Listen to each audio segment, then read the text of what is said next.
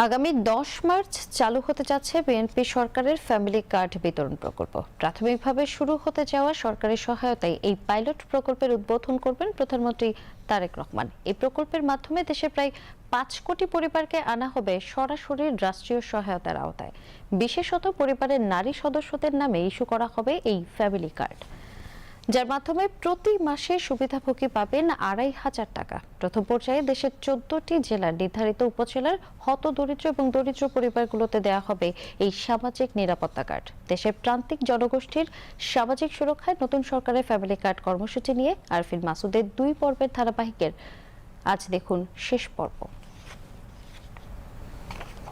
নির্বাচনী ইশতেহারে family card দেওয়ার যে প্রতিশ্রুতি দিয়েছিল বিএনপি, পরীক্ষামূলকভাবে ঈদের আগেই তা বাস্তবায়ন করার সিদ্ধান্ত নিয়েছে প্রধানমন্ত্রী তারেক রহমান নেতৃত্বাধীন সরকার। এ বিষয়ে 24 ফেব্রুয়ারি চূড়ান্ত সিদ্ধান্ত গ্রহণ করে 15 সদস্যের মন্ত্রিসভা কমিটি। দেশের 5 কোটি পরিবারের মধ্যে পর্যায়ক্রমে দেয়া হবে সরকারি সহায়তার এই ফ্যামিলি কার্ড। সবচেয়ে বেশি অগ্রাধিকার পাবে হতদরিদ্র ও দরিদ্র পরিবারগুলো। বিশেষ করে সচ্ছলতা ফেরাতে নারী সদস্যদের নামে ইস্যু করা হবে এই ফ্যামিলি কার্ড, যা নারীর ক্ষমতায়নে রাখবে গুরুত্বপূর্ণ ভূমিকা। সমাজ কল্যাণ মন্ত্রী ডাক্তার এজেডএম জাহিদ হোসেন জানান, আগামী 10 মার্চ ফ্যামিলি কার্ড কর্মসূচির উদ্বোধন করবেন প্রধানমন্ত্রী তারেক রহমান। ফ্যামিলি কার্ড বিতরণ করা হবে এবং সেটার উদ্বোধন করবেন মাননীয় প্রধানমন্ত্রী ইনশাআল্লাহ আগামী 10ই মার্চ বিফোর ঈদ উল ফিতর। সংশ্লিষ্ট মন্ত্রী, উপদেষ্টা এবং ঊর্ধ্বতন কর্মকর্তাদের উপস্থিতিতে এটি আজকে অনুমোদিত হয়েছে এবং প্রতি মাসে ইনশাআল্লাহ 2,500 টাকা করে আমাদেরকে আর্থিকভাবে সহযোগিতা পাবেন ফ্যামিলি কার্ডের মাধ্যমে। প্রথম পর্যায়ে দেশের 14টি জেলার নির্ধারিত উপজেলার তৃণমূল থেকে শুরু হবে এই ফ্যামিলি কার্ড বিতরণ।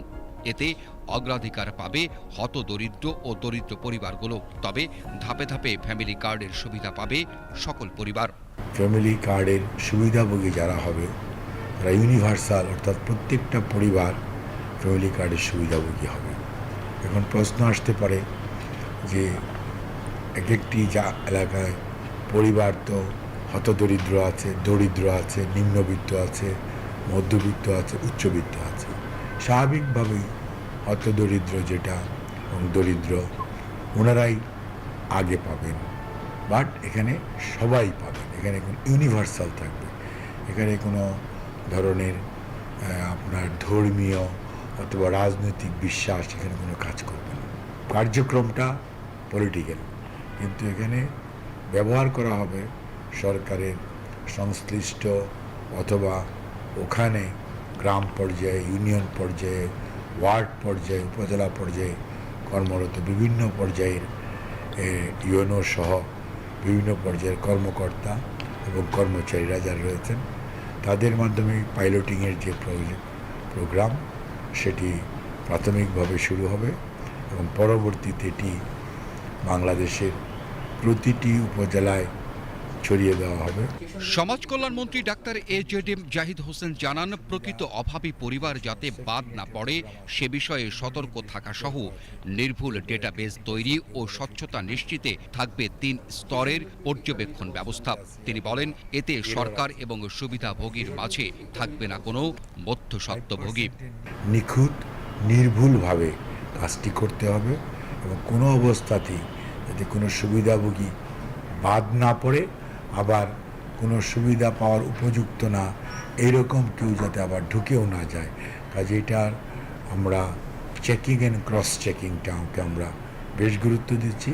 আর সমস্ত সুযোগ সুবিধা যেটা দেওয়া হবে সরাসরি গভর্নমেন্ট টু অর্থাৎ সিটিজেন অর পার্সন, সরাসরি মধ্যে কোনো মধ্যস্বত্বভোগী থাকবে না এবং এটা সরাসরি যিনি পাবেন ওনাদের ব্যাংক অ্যাকাউন্টে অথবা ওনার যে মোবাইলের যে অ্যাকাউন্ট থাকবে সে অ্যাকাউন্টে চলে যাবে।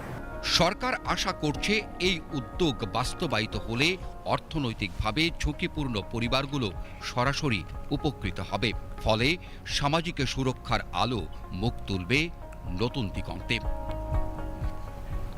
Arfin Masud, BTV news, Dhaka.